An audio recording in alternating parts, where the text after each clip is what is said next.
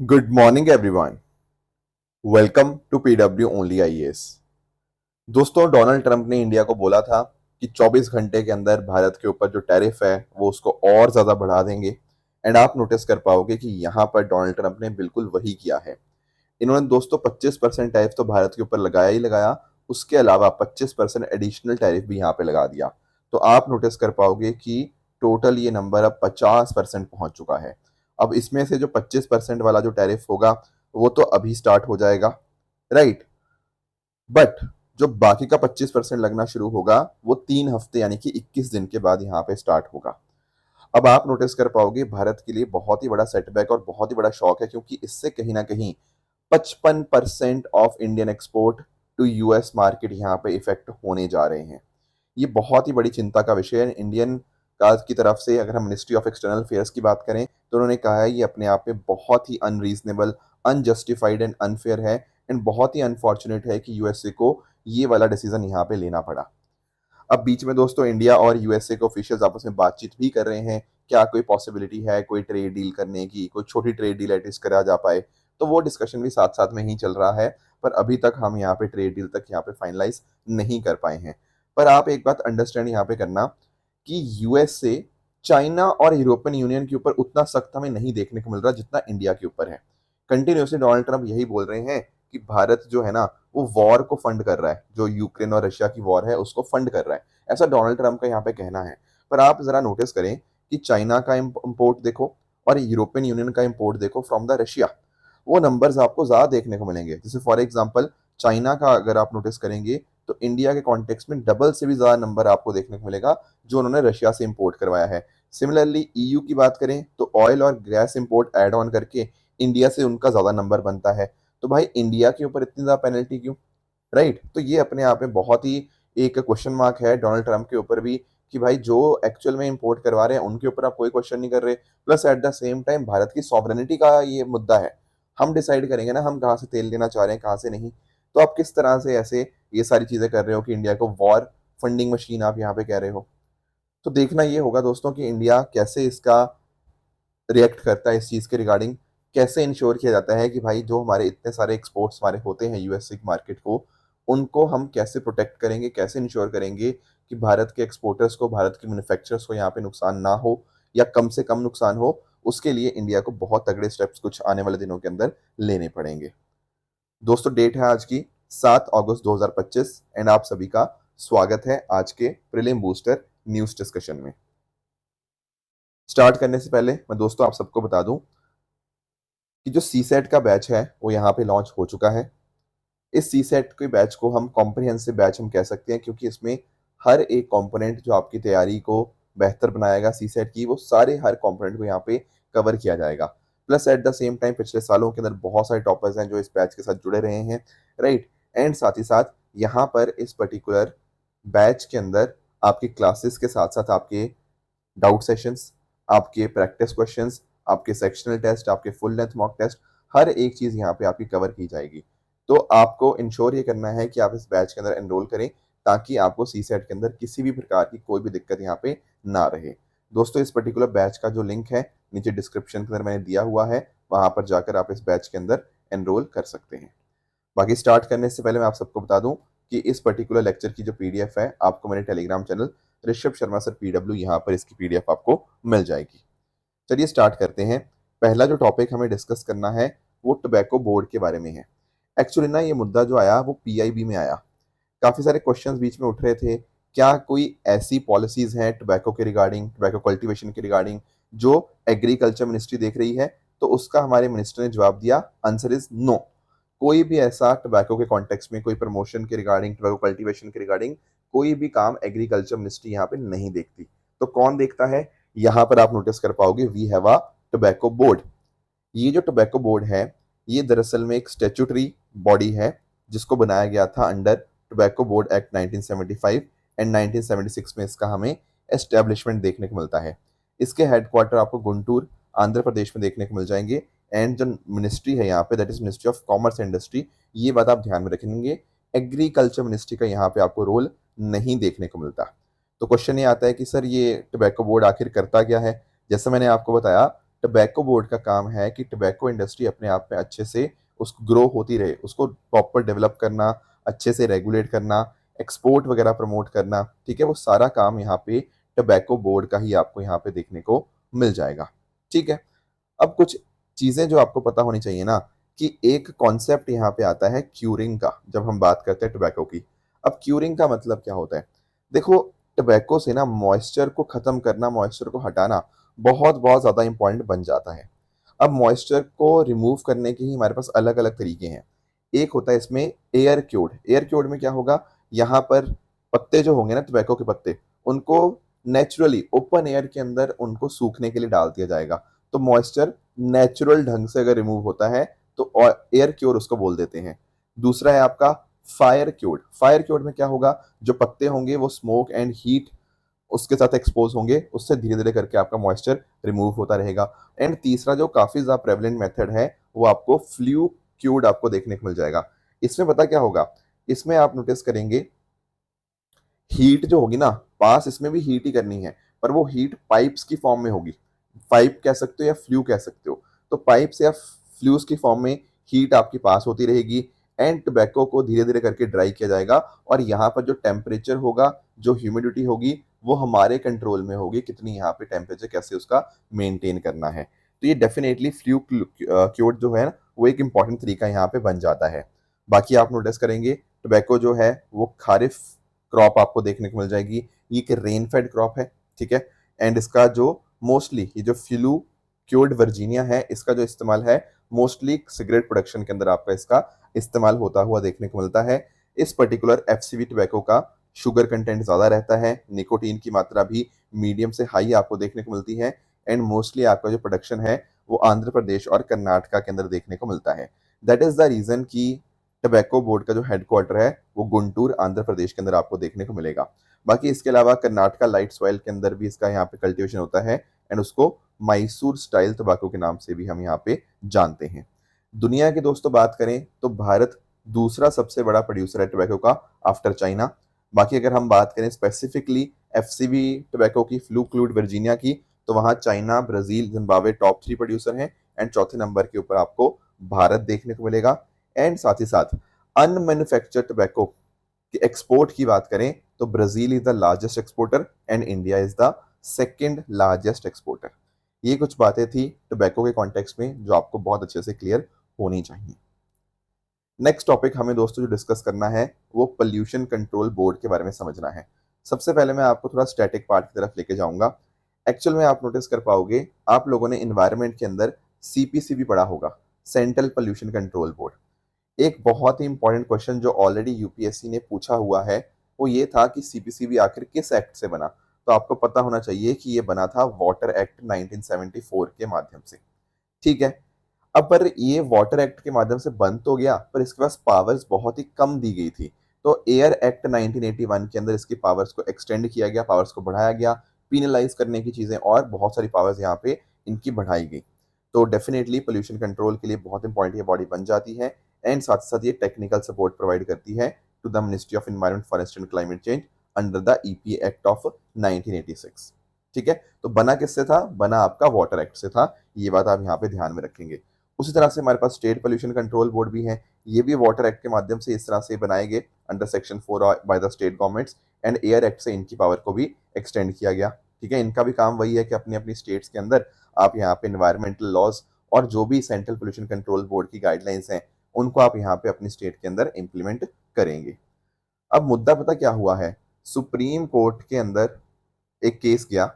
वहां supreme court ने यहाँ पे ये बोला कि भाई जो पोल्यूशन कंट्रोल बोर्ड है ना, उनके पास पूरी तरह से पावर है कि जो भी पोल्यूशन कर रहा है, जो भी एंटिटी पोल्यूशन कर रही है, उनके ऊपर कंपनसेशन के लिए यहाँ पे उनके ऊपर चार्जेस लगाएं।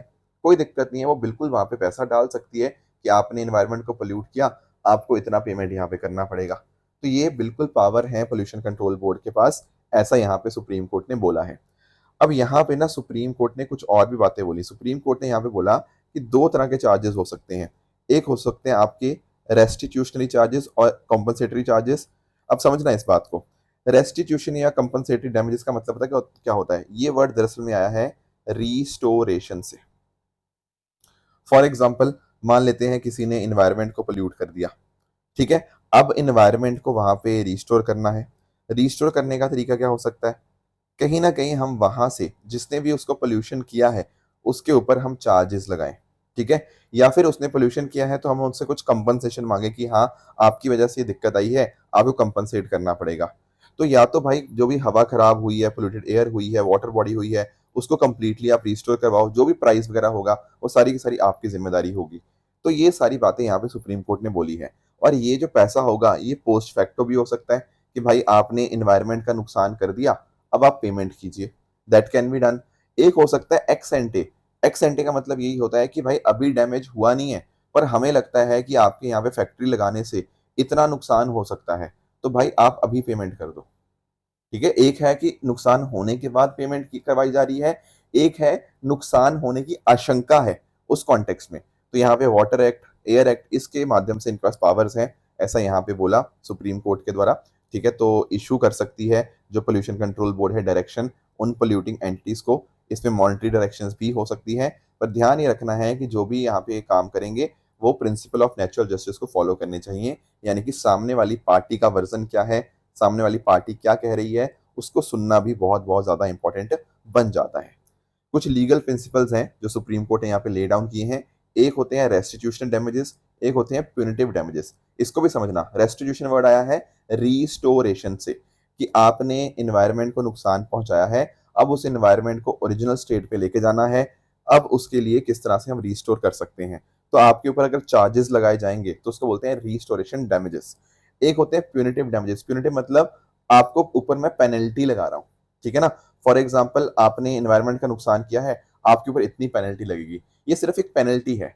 रेस्टिट्यूशन में क्या होगा, जितना भी खर्चा आएगा उसको वापस रिस्टोर करने के लिए वो रेस्टिट्यूशनरी डैमेजेस के अंदर यहाँ पे होगा। तो यहाँ कोर्ट ने यही बोला है कि ये दोनों अलग अलग तरह की रेमेडीज हैं, and case to case basis पे देखा जाएगा कि कहाँ पर रेस्टिट्यूशनरी डैमेजेस की लगाने की जरूरत है एंड कहाँ पर आपके प्यूनिटिव डैमेजेस लगाने की यहाँ पे जरूरत है।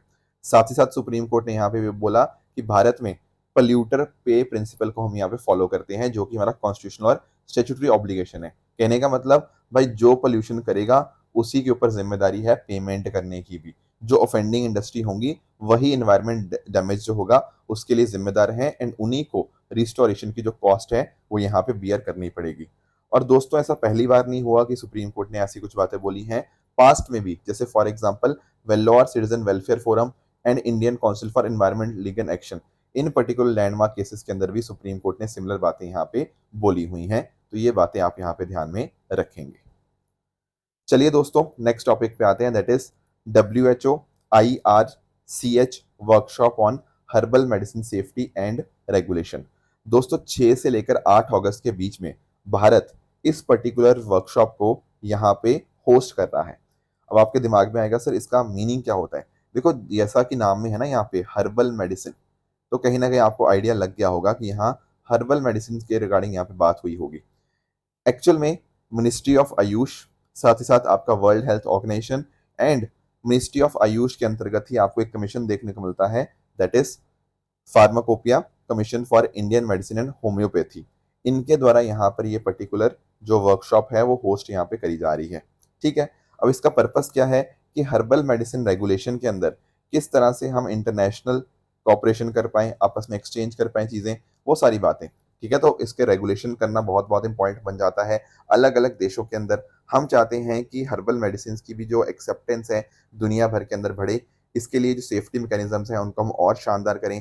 तो यहाँ पर भी ना इस पर्टिकुलर जो वर्कशॉप चल रही है 6 से 8 के बीच में, इसमें यहाँ पे pre clinical research, regulatory framework कैसे करने हैं, खासकर फोकस यहाँ पे अश्वगंधा के ऊपर भी है। अश्वगंधा आप जानते होंगे एक ऐसा मेडिसिनल प्लांट है जो कहीं ना कहीं स्ट्रेस को रिड्यूस करता है और आपकी इम्यूनिटी को बूस्ट करता है। बहुत पॉपुलर है, एड्स वगैरह बहुत आती हैं आजकल अश्वगंधा के रिगार्डिंग। तो सारा का सारा काम हमारा यही है कि हर्बल मेडिसिन की दुनिया में एक्सेप्टेंस बढ़े, लोगों को इनके बारे में जानकारी मिले एंड लोग इनको समझ पाएं एंड प्रॉपर अच्छे ढंग से इसका इस्तेमाल कर पाएं, राइट। तो ये सारी वर्कशॉप यहाँ पे चल रही है। जैसा मैंने आपको बताया था कौन करवा रहा है, एक तो आयुष मिनिस्ट्री होगी और साथ साथ आपका वर्ल्ड हेल्थ ऑर्गेनाइजेशन एंड उसके अलावा आपका PCI-M&H that is pharmacopoeia commission for Indian medicine and homeopathy. दरअसल में 2020 के अंदर इसको एस्टेब्लिश किया गया था मिनिस्ट्री ऑफ आयुष के अंतर्गत। अब आप में से कुछ बच्चे सोच रहे होंगे, सर ये जो वर्ड यहाँ पे आपका डिफिकल्ट सा वर्ड दिख रहा है, आखिर इसका मीनिंग क्या होता है? देखो, एक वर्ड है यहाँ पे फार्माकोपियल स्टैंडर्ड्स। इसका मतलब है हमारे पास ना क्वालिटी स्टैंडर्ड्स होने चाहिए। किस पर्पस के लिए? अरे भाई, कुछ मेडिसिन हैं, कुछ ड्रग्स हैं, तो हमारे पास कुछ प्रॉपर क्वालिटी स्टैंडर्ड्स होने चाहिए। कैसे? कि उनके अंदर क्या बना हुआ है, किस चीज़ का कंपोजिशन क्या है उस चीज़ का, कितनी प्योरिटी है उस चीज़ की, उसके अंदर और कौन-कौन से एलिमेंट्स हैं, कितनी डोज़ेज उसकी होनी चाहिए, टेस्टिंग का मेथड क्या है, क्या उसकी स्ट्रेंथ है। ये सारी चीज़ें अगर होंगी तभी तो हमें पता लग पाएगा कि क्या दवाई सही ढंग से है भी, उसको प्रिपेयर करने का तरीका क्या है, फॉर्मुलेशन स्टैंडर्ड क्या है, क्वालिटी कंट्रोल के अंदर क्या-क्या चीज़ देखी गई। ये सब स्टैंडर्ड होंगे तो लोगों की एक तरह से ट्रस्ट बनता है उस चीज़ के ऊपर। तो भाई ये सारे के सारे स्टैंडर्ड डेवलप करना, चाहे वो आयुर्वेदा है, सिद्धा है, यूनानी, होम्योपैथी के लिए किसकी ज़िम्मेदारी है? वो पीसीआई एम&एच की ही ज़िम्मेदारी है।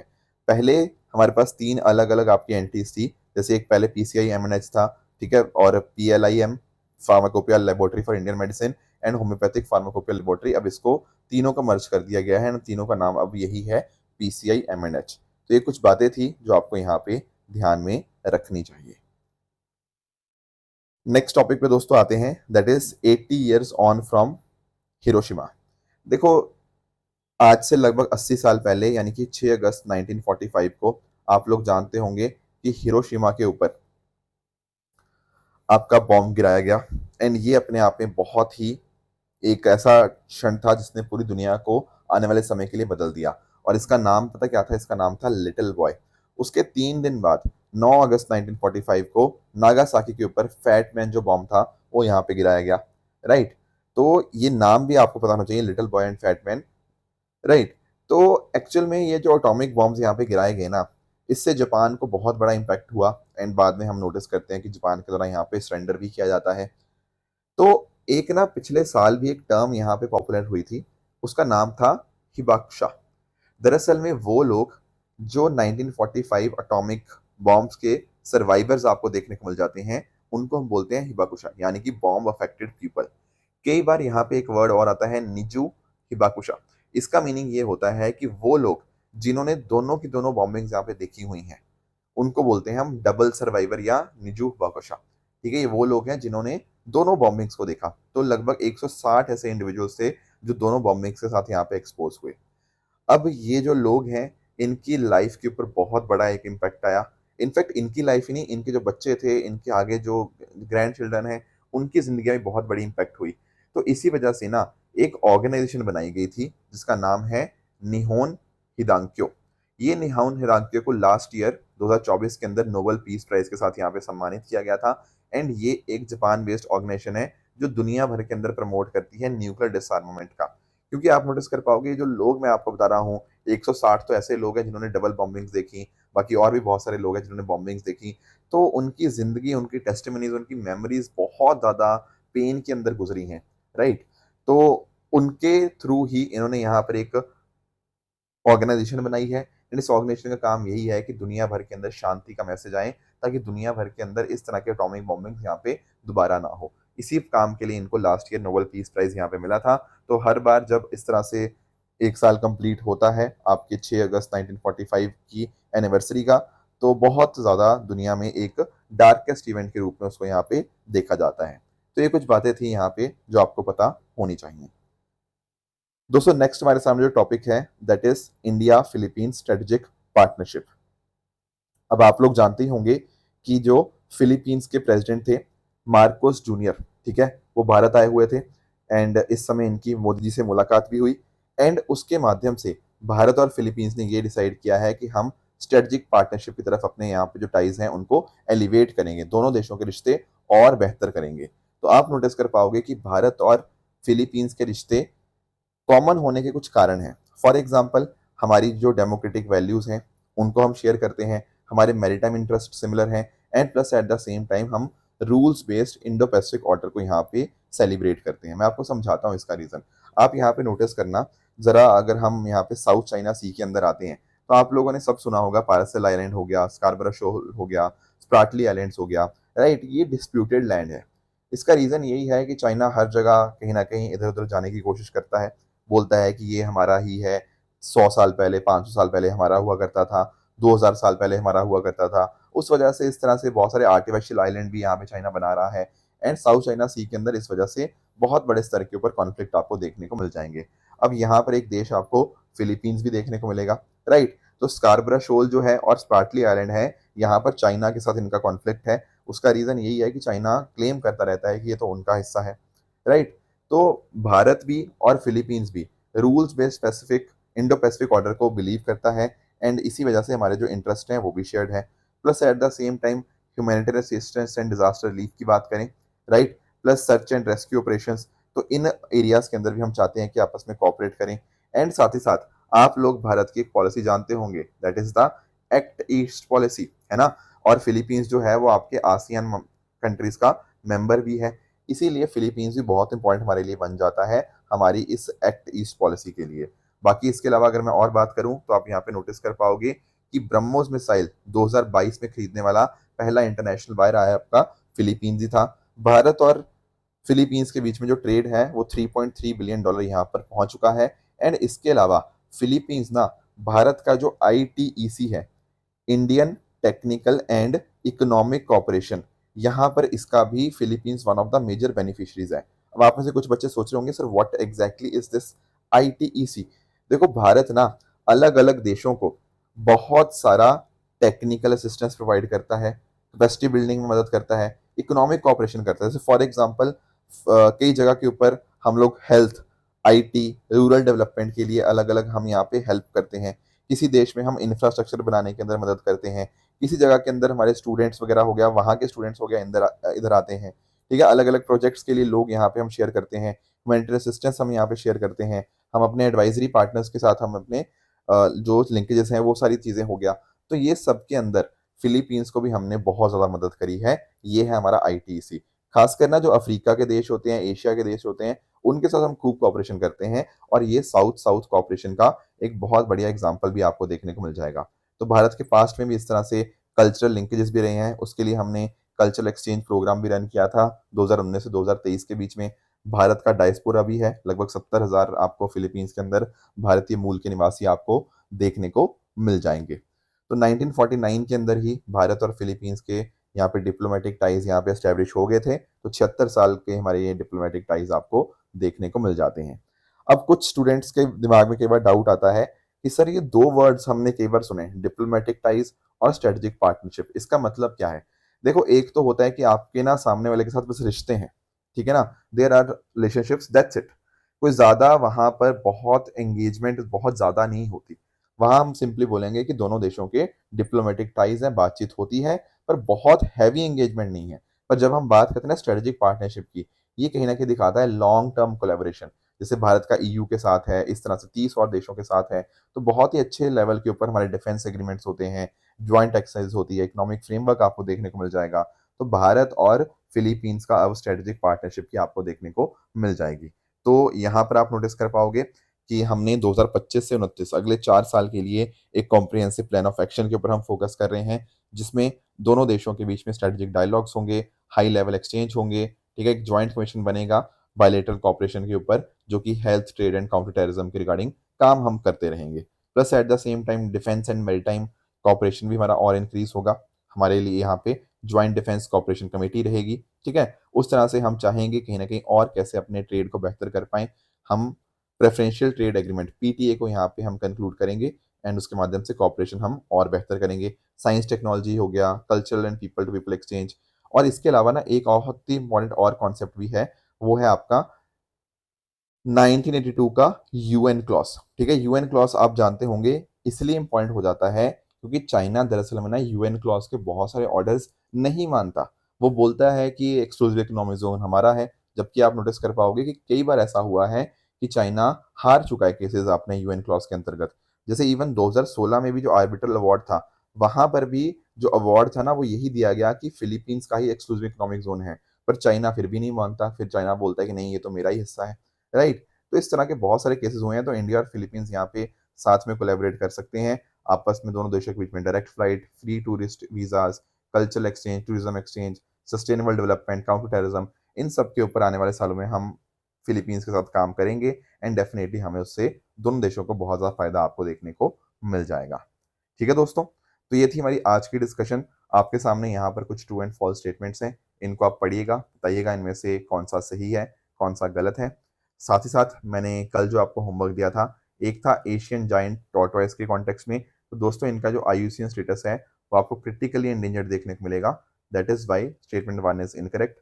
INFTT दोस्तों भारत का इसके साथ लेना देना नहीं है। ये 1987 में ट्रीटी हुई थी बिटवीन USA एंड आपका जो सोवियत यूनियन हुआ करता था। तो ये सेकंड स्टेटमेंट भी इसका इनकरेक्ट बन जाएगा। ग्रेट ग्रीन वॉल इनिशिएटिव ये बिल्कुल अफ्रीका का ही है। तो yes, this statement is Indeed the correct statement. ठीक है दोस्तों, तो ये थी हमारी आज की डिस्कशन। इसी तरह से आप सब लोग अपने एंड पे हार्डवर्क करते रहिए। Thank you so much for joining. All the very best. Thank you so much.